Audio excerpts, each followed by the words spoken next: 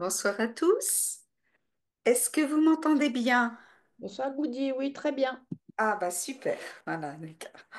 Donc on est en train de faire des petits essais techniques avec Joachim, donc voilà.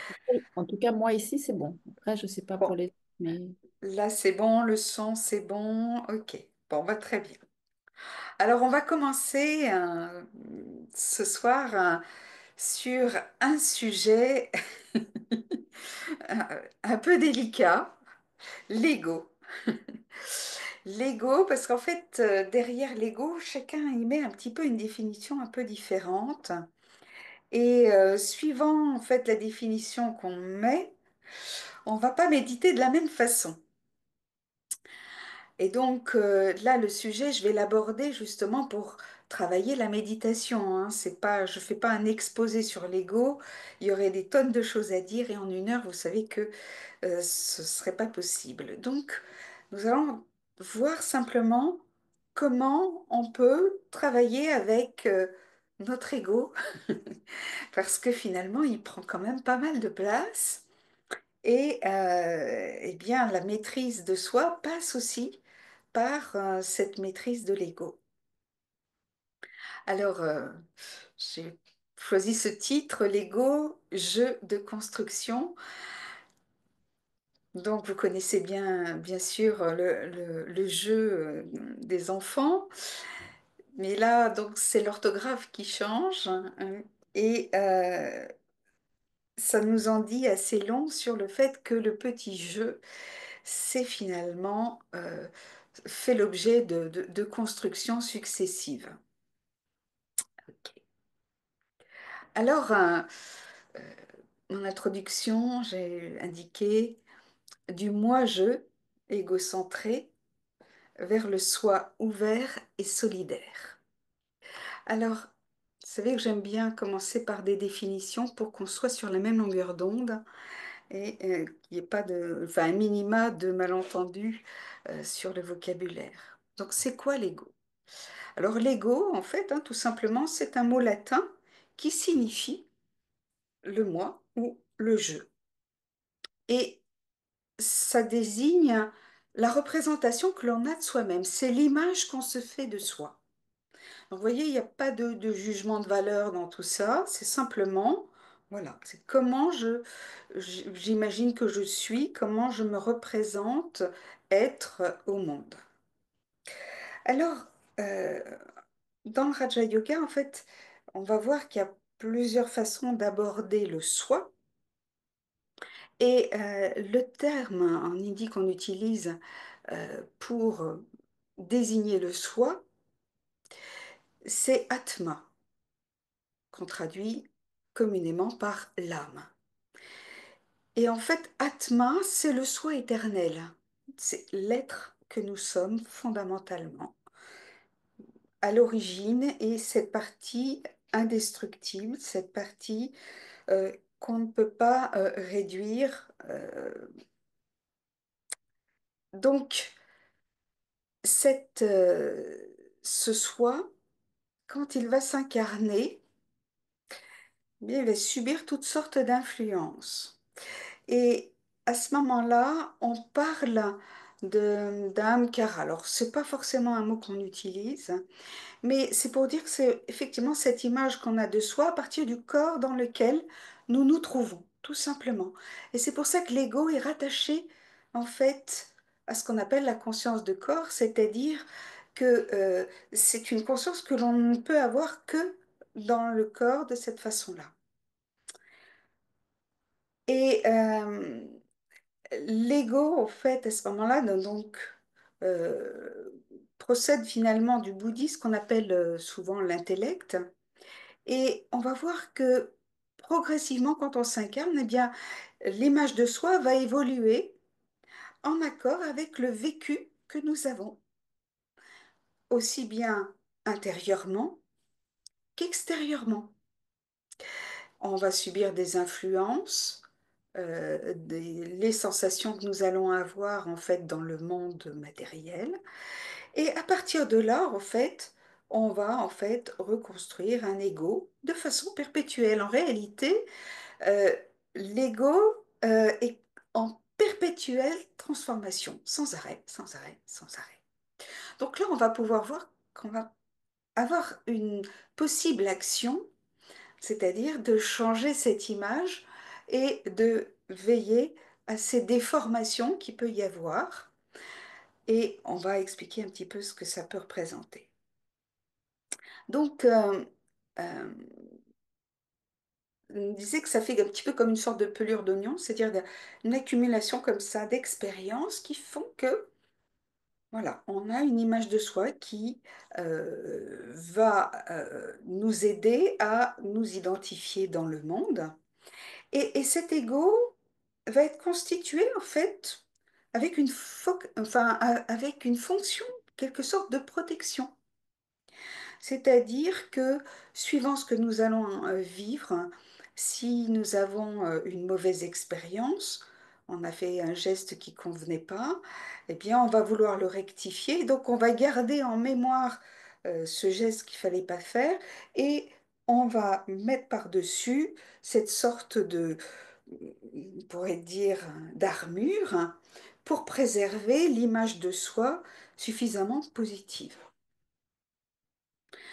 Et puis, au fil du temps, on va voir que suite à des dysfonctionnements psychiques, eh bien, l'individu va développer un ego, en fait, une image de soi qui va être enflée, par exemple.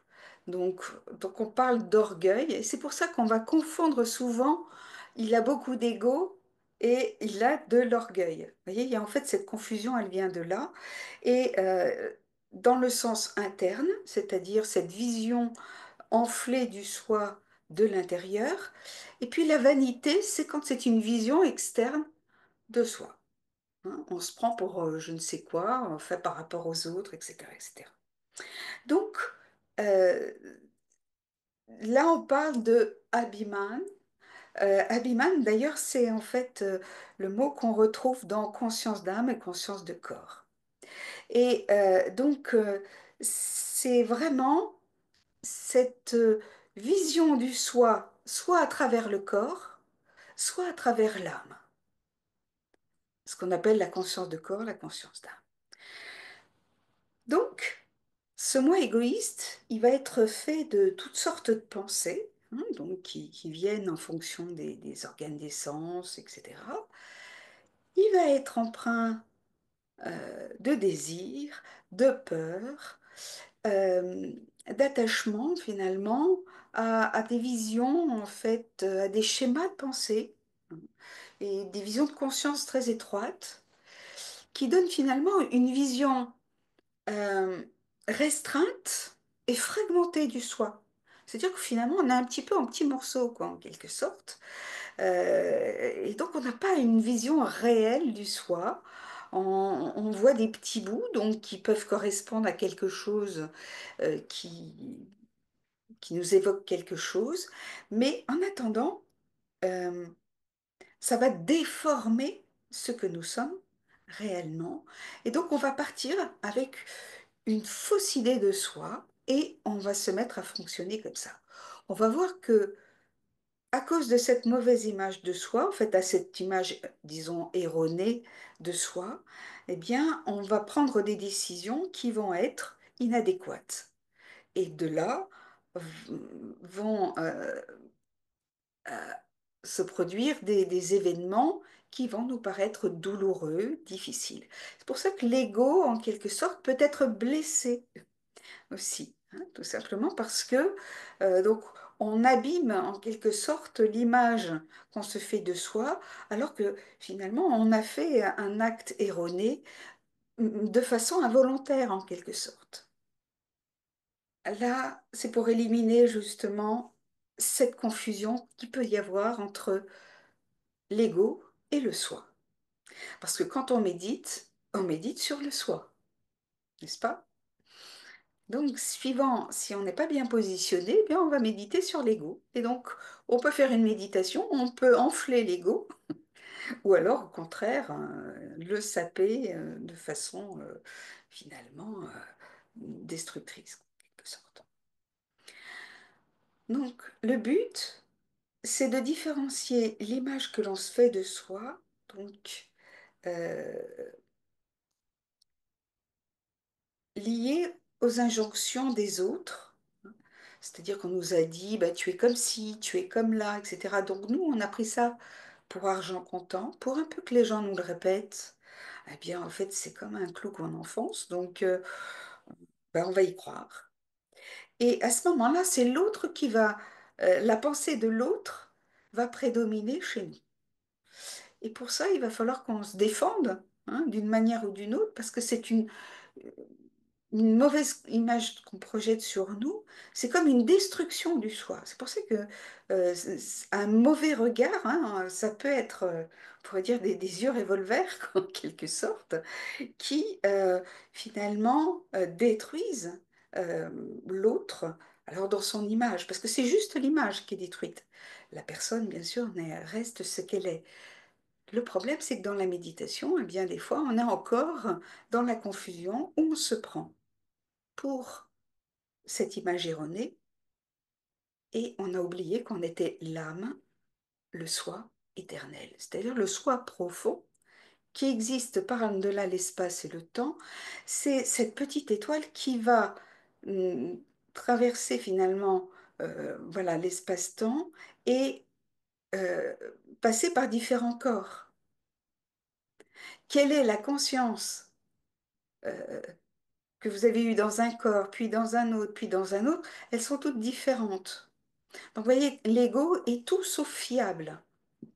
C'est vraiment pour ça qu'on parle des fois d'illusion, parce que c'est quelque chose qui n'est pas permanent. Et donc, un point important dans la méditation va être de ne pas confondre le fait de travailler sur sa valeur personnelle et euh, d'être dans une conscience égocentrique. L'égocentrisme, donc on va voir, c'est le fait de tout ramener à soi et faire en sorte finalement, c'est un peu comme le petit enfant. Le petit enfant, par essence, est égocentrique. Lui, en fait, il n'y a que ses besoins qui comptent. L'environnement, il ne sait pas trop bien ce que c'est. Il n'a pas encore un contact avec tout ça. Donc tout le monde tourne autour de lui. D'ailleurs, il se confond plus ou moins avec sa mère. C'est-à-dire que euh, il a une vision vraiment égocentrée. Tout tourne autour de lui. Les autres, ça, c'est pas sa préoccupation. Eh bien, si on grandit et qu'on continue à garder cet état d'esprit, hein, alors souvent c'est lié à des traumatismes, euh, eh bien à ce moment-là, on va souffrir comme un petit enfant en étant dans un corps de grand. Alors, voilà. Donc, pour parler de l'égocentrisme en quelque sorte, ça va favoriser, euh, c'est d'ailleurs une autre appellation qu'on pourrait dire, ce qu'on appelle l'ego surdimensionné. Et ça, c'est une pathologie narcissique. Donc, ça n'a rien euh, de positif en soi, pour la bonne raison, c'est que c'est une pathologie, donc c'est une maladie, hein, en quelque sorte, de l'esprit, qui fait que tout tourne autour de lui et il oublie le monde qu'il y a autour. Comment voulez-vous maîtriser un monde que vous ignorez? C'est pas possible. Donc il va falloir revenir à la conscience de soi pour pouvoir être souverain du monde dans lequel nous allons évoluer consciemment. Alors qu'est-ce que c'est qu'un ego surdimensionné? Donc, ben, bien sûr, c'est des fantasmes de succès illimités. On croit que tout est possible et puis, mais vraiment au-delà disons, de ses capacités, disons qu'on ne met pas en adéquation, par exemple, ses compétences et puis le projet qu'on a en cours. Donc, on va par exemple aussi avoir un besoin excessif d'être admiré. Derrière, vous imaginez bien que quand il y a une image insuffisamment bonne, le rôle de l'ego, la fonction protectrice, va être de justement de redorer le blason, quoi, en quelque sorte, pour que ce soit supportable, pour pouvoir exister tout simplement. Et un autre point, en fait, lié à ce narcissisme, c'est le manque d'empathie. On disait que finalement, les besoins des autres, ben, non seulement passent après, mais en plus, vraiment, alors, c'est pas la préoccupation de la personne qui a un ego surdimensionné. C'est elle d'abord, et puis c'est tout. Donc, euh, ça va induire aussi des comportements du type tendance à exploiter autrui à des fins personnelles. C'est-à-dire qu'on va objectaliser l'autre pour, finalement, pour un faire-valoir, par exemple, hein, pour obtenir des choses, mais l'autre est chosifié. Alors là, encore une fois, quand on chosifie une personne, et dans la méditation, on dit, mais c'est quelque chose de grave parce que c'est un déni de la personne. C'est comme si on disait, cette personne n'existe pas. C'est un vulgaire objet, donc elle n'a pas, elle- la personne ne considère même pas qu'elle puisse avoir du respect pour une telle personne.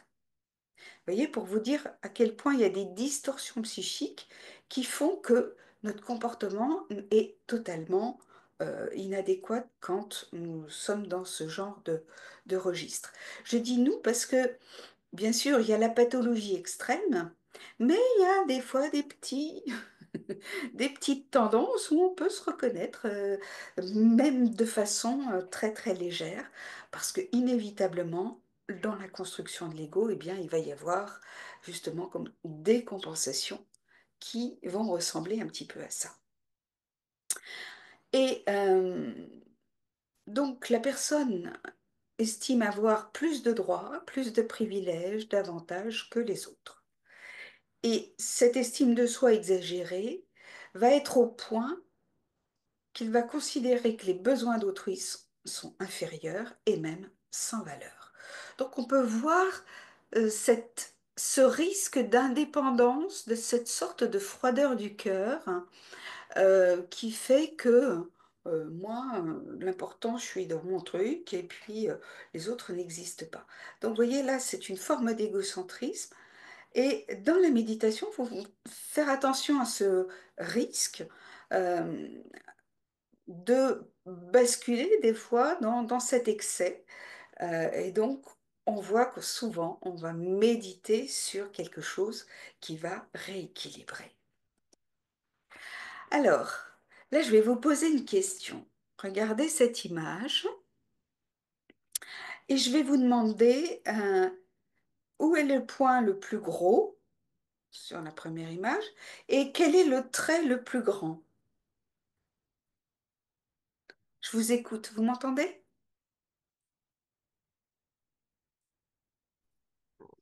Ils sont identiques. Ok, vous connaissez l'image? Ils ont la Mm. même taille. Et ils ont la même taille. Qu'est-ce qu'on pourrait dire par rapport à cette image, notamment avec les ronds? Illusion d'optique. Illusion d'optique, ça veut dire que dans, par exemple, si nous sommes entourés de gens très importants, etc., on va se trouver très médiocre, très moyen, très, un petit peu, on va se sentir inférieur. Comme le petit rond qui a l'air d'être tout petit, en fait, au milieu de ces grands ronds. Et puis, par contre, si on se retrouve avec des gens qui ont, on va dire, peut-être des compétences moindres, eh bien, on va avoir l'illusion d'être bien supérieur, etc., etc., etc. Or, nous sommes la même personne dans un cas comme dans l'autre. Donc, on va voir que c'est lié à la conscience propre au corps, c'est-à-dire que, suivant notre environnement, on va se croire supérieur ou inférieur. Donc, dans la méditation, on va voir que quand le soir, par exemple, on fait un petit bilan de journée, on va voir si on a eu des pensées un peu comme ça. Est-ce que je me suis sentie amoindrie? Est-ce que je me suis sentie, au contraire, vraiment euh, tellement encensée, ou etc., etc. Et que tout d'un coup, on a une illusion d'être plus grand que d'habitude. Donc, Si on arrive à repérer ça, on va pouvoir en sourire en se disant, bah oui, ça avait l'air sympathique, mais en fait, finalement, moi, je suis toujours la même personne. C'est juste des déformations de ma conscience qui ont fait que je me suis crue plus ou moins. Et le fait qu'on se croit plus ou moins fait qu'on a tendance à regarder les autres comme étant plus ou moins. Voyez toutes les distorsions qu'il peut y avoir. Et comme on disait tout à l'heure, donc si on pense que les autres sont plus ou moins, eh bien on va avoir plus ou moins d'attention et donc on va pas avoir cette générosité d'âme qui est le propre notamment du Raja Yoga.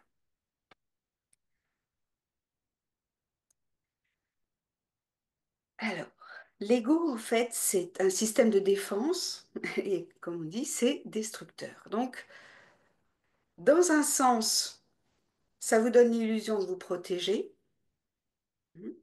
Quand il y a un réactif par rapport à ce que quelqu'un peut nous dire, eh bien en fait, on va essayer de rectifier cette image que l'autre a abîmée. Et hop, c'est un système de défense. Néanmoins, ça nous fragilise parce que à partir du moment où on a accepté la croyance que l'autre a projetée sur nous, eh bien, ça va s'inscrire en nous. Alors on parle de sanskar. Ça crée une empreinte en nous, une mémoire. Et alors, il va se passer une chose, c'est que le jour où euh, vous vous retrouvez, une autre personne recommence le même scénario, alors ça peut être dans un tout autre contexte, qu'est-ce qui va se passer? Eh bien, cette mémoire va se réactiver et ça va se mettre en mode pilote automatique. Pouf, attention, et hop, on essaye de reprotéger le soi, mais au fur et à mesure, en fait, on sait, nous, au fond de nous-mêmes, on a fait semblant de mettre un pansement, mais la blessure est là. Donc, si on y croit, hein, eh bien, on va avoir, disons, cette tendance à, disons, en souffrir. Alors, quand on est dans cet état égotique, on va avoir tendance en fait à juger les choses. C'est comme ci, c'est comme là, etc. Ce qui est pas, ce qui est un pouvoir spirituel, le pouvoir de juger.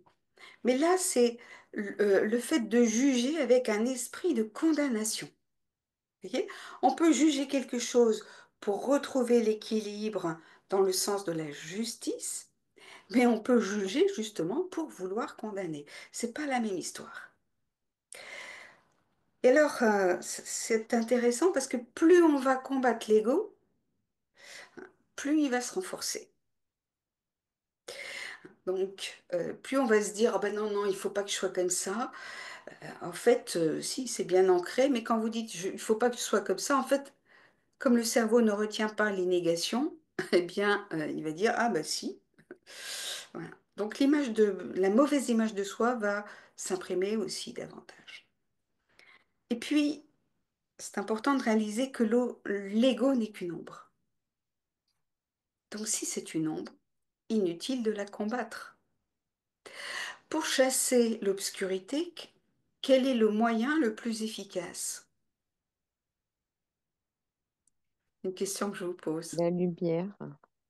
On met de la lumière, tout simplement.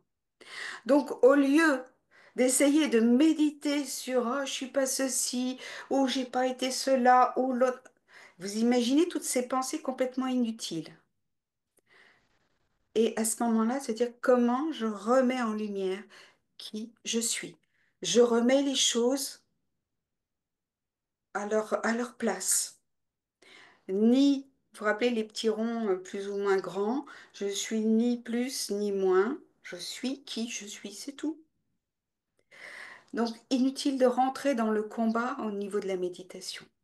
Et puis, euh, la tendance de l'ego, ça va être effectivement de mettre l'accent sur toutes les différences pour les démolir, c'est-à-dire, ben non, tout le monde doit être pareil. Et là, ben, On doit être à ce moment-là, on se retrouve un petit peu dans des régimes un peu totalitaires, c'est-à-dire que ben, tout ce qui n'est pas pareil, eh bien à ce moment-là, c'est à éliminer. Donc vous voyez à quel point ça peut être grave quand on pousse la pensée loin, bien sûr. Donc l'important, c'est de rectifier le tir dès le départ, en fait. Et ensuite, eh bien, euh, il y a aussi le fait d'avoir besoin aussi de reconnaissance. Donc ça, c'est aussi le propre de l'ego. Et dans quel cas ça arrive? Ben, tout simplement, quand une personne a été dévalorisée, par exemple dans son enfance, enfin, peu importe, dans son histoire, eh bien, elle va avoir, on va dire, un sacré vide, un sacré manque au niveau de l'estime de soi. Donc, comme elle n'a pas forcément les moyens de se rétablir, hein, eh bien, elle va demander aux uns et aux autres de la reconnaître. Reconnaître un enfant, c'est le faire exister, c'est reconnaître son existence. Donc, quand vous voyez quelqu'un qui peut demander de la reconnaissance, on peut se dire, bah, dis donc, il a un sacré ego hein, et tout, et à la limite, pof, le vôtre va dire, ah ben là, celui-là, on va le rabaisser. En fait, en réalité, dans la méditation, ça va être, mais qui suis-je? Je suis une âme avec toutes sortes de qualités et je vais chercher dans mes ressources et entre autres, eh bien, il va y avoir la tolérance, il va y avoir ben, l'amour tout simplement. Et à ce moment-là, on va dire, ben, quel est son besoin? Son besoin, c'est un besoin d'amour, un besoin de reconnaissance. Et bien simplement, même les bons souhaits peuvent servir aussi à répondre à ce besoin-là. Vous voyez, on n'est pas en train de pointer l'ego, on est en train de répondre aux besoins de l'âme pour que l'âme retrouve sa plénitude. Et puis, donc, l'ego, le propre de l'ego, ça va être tout le temps chercher à diviser. Et là, il va y avoir des conflits et bien sûr des comparaisons et bien sûr des coupables. Alors, je vous laisse penser un petit peu à toutes les formes d'ego qu'il peut y avoir, mais ça, c'est des choses qui peuvent nous revenir. Mais voyez, à chaque fois qu'on a quelque chose qui nous fait souffrir par rapport à l'image de soi, vous pouvez être sûr que c'est quelque chose de cet ordre-là. Le but, c'est pas de combattre l'ego, mais va être de dire finalement de quoi l'être profond a besoin pour se rétablir. Alors, on m'a envoyé cette petite image, mais dans un tout autre contexte, comme ça.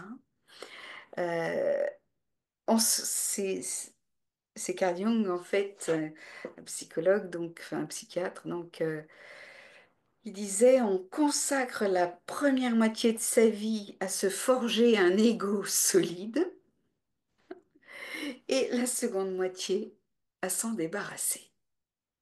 Vous voyez, comme quoi c'est quelque chose finalement de tout à fait naturel. Quand on doit aller dans le monde du travail, certains connaissent le fait ben, de mettre, voilà, de valoriser ce CV, etc., pour pouvoir être embauché, et ainsi de suite. On sait que des fois, ça peut être un piège, hein, c'est à double tranchant.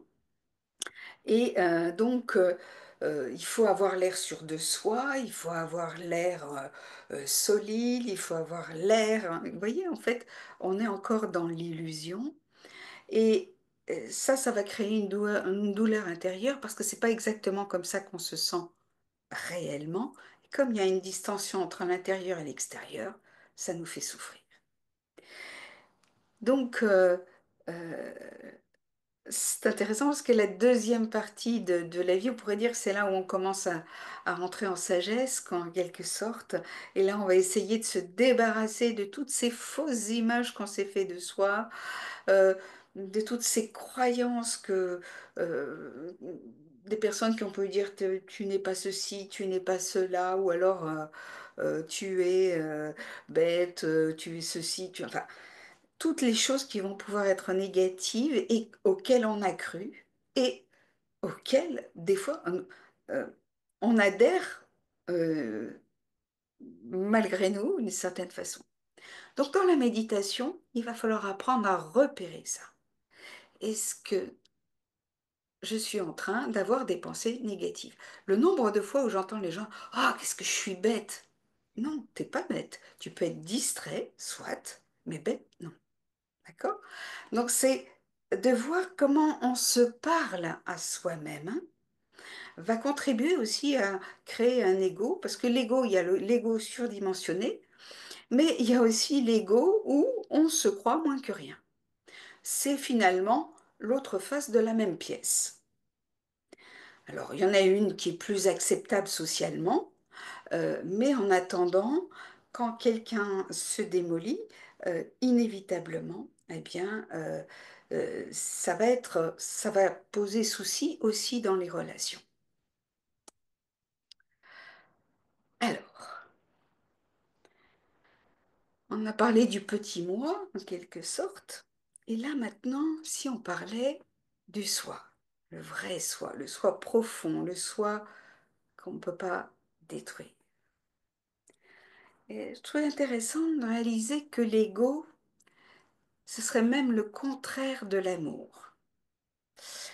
Il ne ressemble en rien à l'amour. C'est quoi l'amour finalement? C'est cette énergie qui nous pousse à aller vers les autres, à donner, à aimer, à comprendre, à partager, à s'associer, à s'unir, à s'unifier, à s'harmoniser et harmoniser tout autour de nous. Donc, vous voyez que l'ego, en quelque sorte, nous éloigne finalement euh, de l'amour. Donc, on croit se protéger avec un ego pour se faire aimer en plus, mais ça nous rend de plus en plus incapables d'aimer, puisqu'effectivement, la personne se referme sur elle-même, se referme sur son ego et finalement va se couper des autres d'une manière ou d'une autre. Et donc, toutes les relations vont devenir de plus en plus difficiles, par exemple. Alors, on parle dans la méditation des fois, vous avez déjà peut-être vu, il faut tuer l'ego, il faut supprimer l'ego, il faut effacer l'ego, etc. Bon, euh, c'est quand même assez violent comme démarche. Dans la méditation, on va voir quand même que il y a des méthodes qui sont quand même beaucoup plus sereines. Et quand on veut faire mourir, entre guillemets, l'ego, eh bien, c'est plutôt faire mourir ces fausses versions de nous-mêmes en réalité. C'est pas nous qu'on détruit, c'est pas le soi qu'on détruit, ce sont les fausses images qu'on a de soi-même. Vous voyez, la différence, c'est quand même assez important. Dans la mesure où on dit il faut supprimer l'ego, etc., on a l'impression que les gens ne sont plus rien. Allez, tout est dans tout, etc. Non, là non. Je me fonds dans l'élément Brahme, etc., etc. Et puis tout d'un coup, j'existe plus. Et en réalité, c'est le contraire de la conscience d'âme. Donc, au contraire, bien sûr, il va y avoir un silence total quand l'âme est au repos, mais il n'y a jamais d'annihilation. Et donc, dans la méditation, nous allons travailler la déprogrammation de ces fausses images pour mieux se reprogrammer, c'est-à-dire repartir sur de nouvelles bases plus saines. Alors, je voulais terminer sur une expression, en fait, euh, quand on dit sans ego.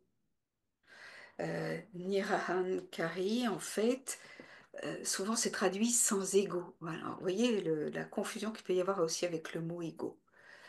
Alors il y a plusieurs sens, hein, en fait. C'est comme quand dans un dictionnaire, il y a plusieurs sens à un même mot.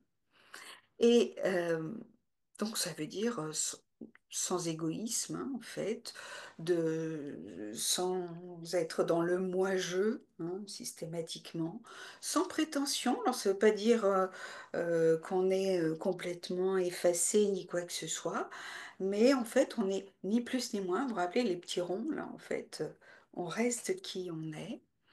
Et le propre d'être sans ego, ça va être justement d'avoir une capacité, hein.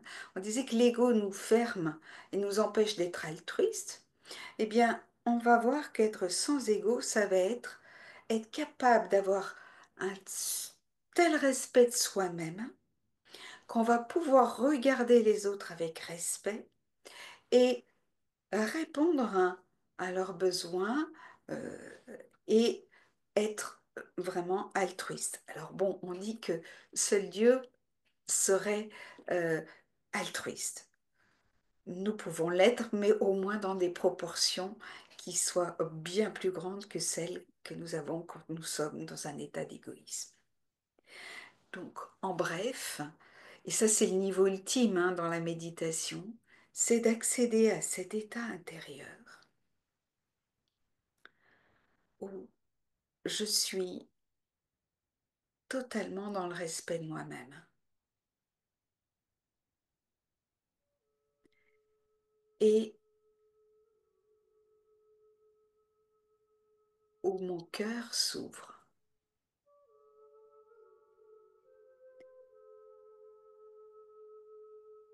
et la bonté émerge tout naturellement. Une bonté absolue,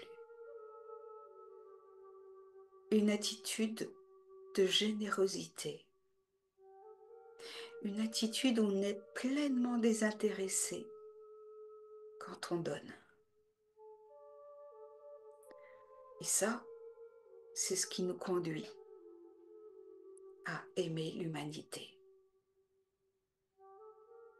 Alors, vous voyez que c'est un niveau très élevé, mais ça peut être important quand on veut faire un voyage, de réaliser quelle est la destination. Alors, ok, on n'atteindra peut-être pas le top top du sommet, mais en attendant, l'important c'est de s'en rapprocher. Je crois que c'est une phrase d'Oscar Wilde qui disait vise au moins la lune, car même en cas d'échec, tu seras dans les étoiles.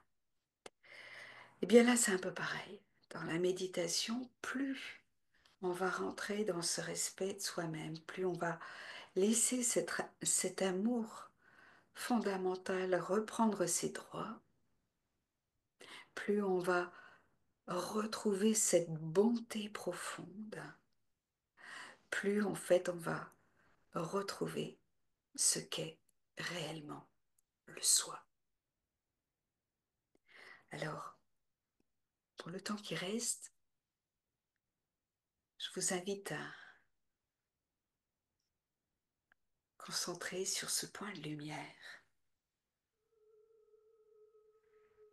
Cette forme ovale, c'est la forme de l'âme, le rayonnement de l'âme. Quand l'être est dans sa plénitude,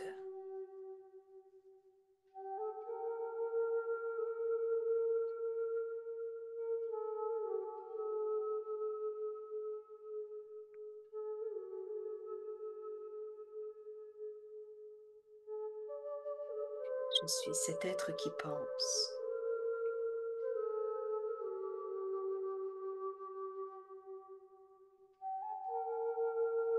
Je suis cette lumière intérieure qui irradie de vie.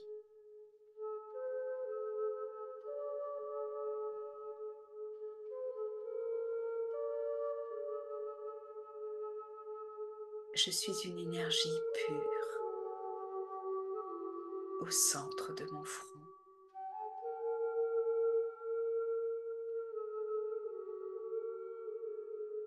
Cette même énergie qui est là dans ce corps physique. mais qui a existé dans d'autres corps antérieurement.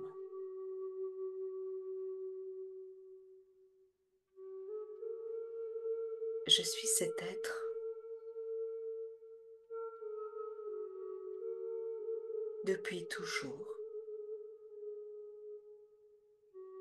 et pour toujours.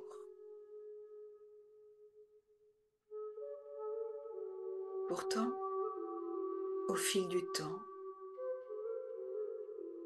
et sous l'influence des événements extérieurs, des regards que l'on a portés sur moi, des choses qui m'ont été dites,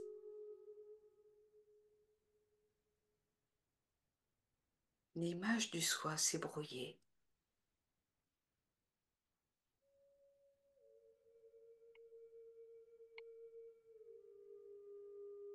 Un voile s'est posé, puis deux, puis trois.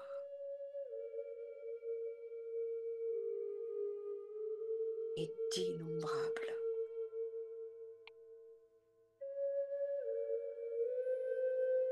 filtres qui ont déformé l'image de soi que j'ai tenté de rétablir avec maladresse.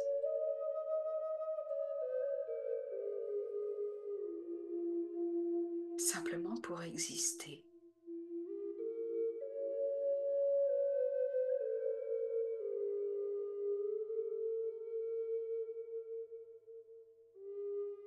Et là, je me souviens que je suis un être d'une autre dimension, de cette dimension lumière.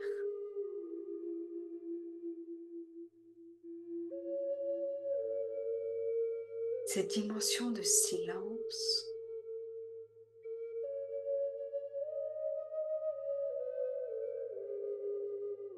où je retrouve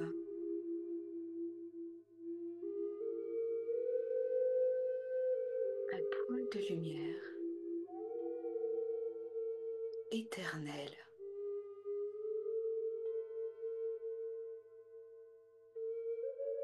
pure, aimant, d'une bonté infinie.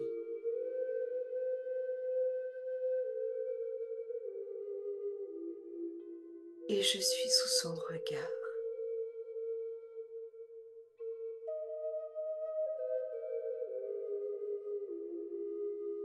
Je me laisse regarder.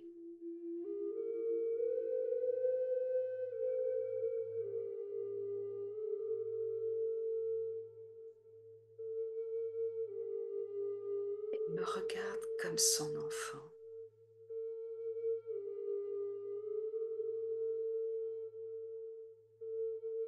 Il me reconnaît.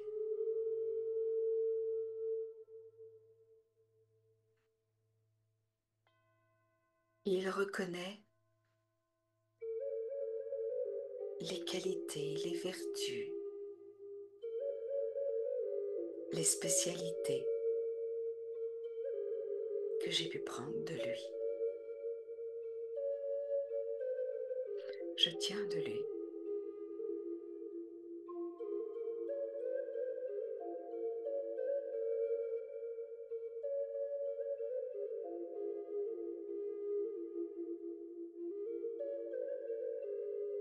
Sous son regard,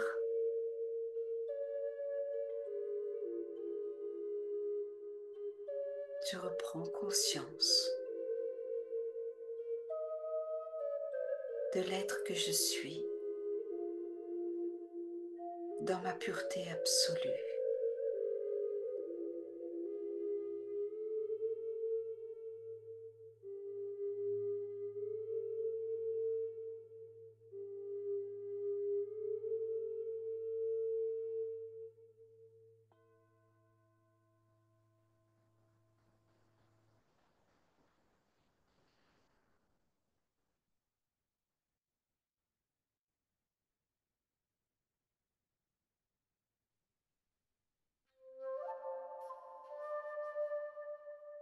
Je retrouve mon énergie.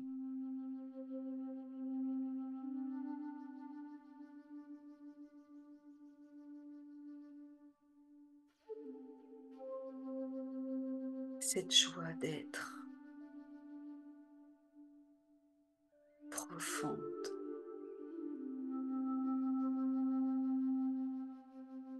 où je n'ai plus rien à prouver, simplement être.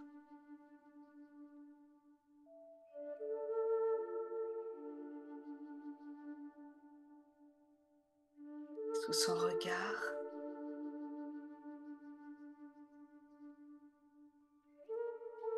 je réapprends l'amour que l'on peut se porter avec fierté,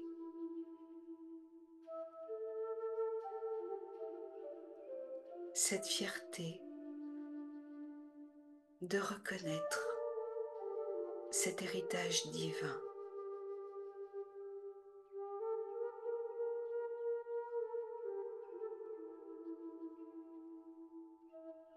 la fierté de pouvoir faire honneur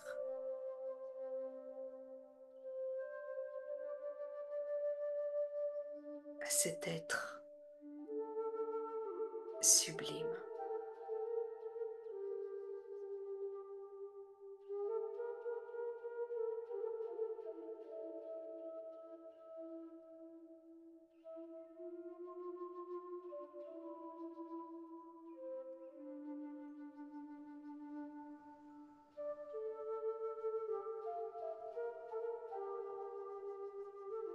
Je me sens alors si proche,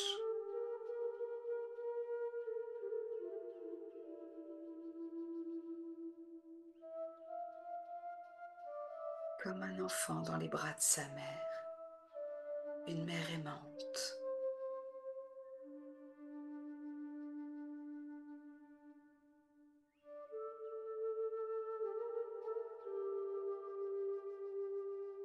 Qui se réjouit du futur de cet enfant.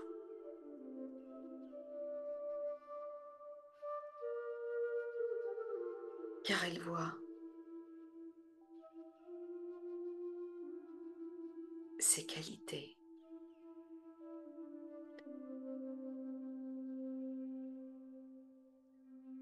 et son amour la porte à souhaiter le meilleur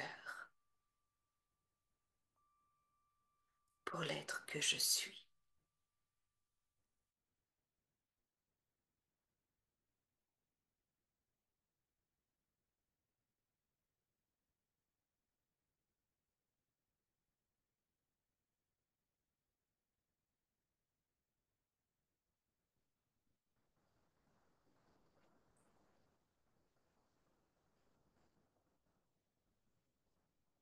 Cette conscience que j'ai alors de moi est celle d'un ego pur.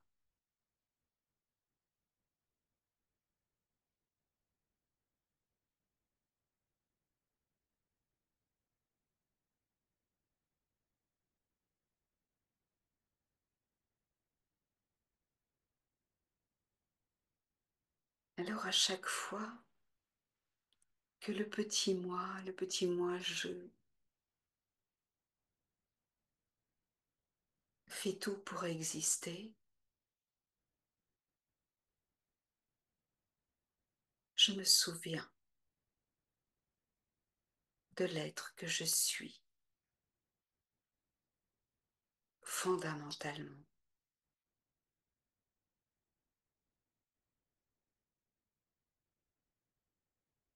Sans faux semblant,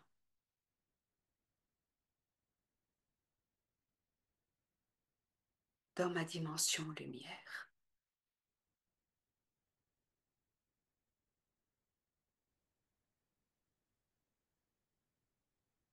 Je vais vous souhaiter une bonne soirée et donc je vous invite à vous souvenir de qui vous êtes fondamentalement au-delà de tous les oripeaux, au-delà de toutes les fausses impressions que nous pouvons avoir. C'est ce que nous appelons aussi dans le Raja Yoga Maya, hein, toutes ces zones d'ombre qui peuvent apparaître et qui peuvent bien sûr être réactivées à tout moment, mais plus on va les déprogrammer au fur et à mesure, moins elles seront prégnantes.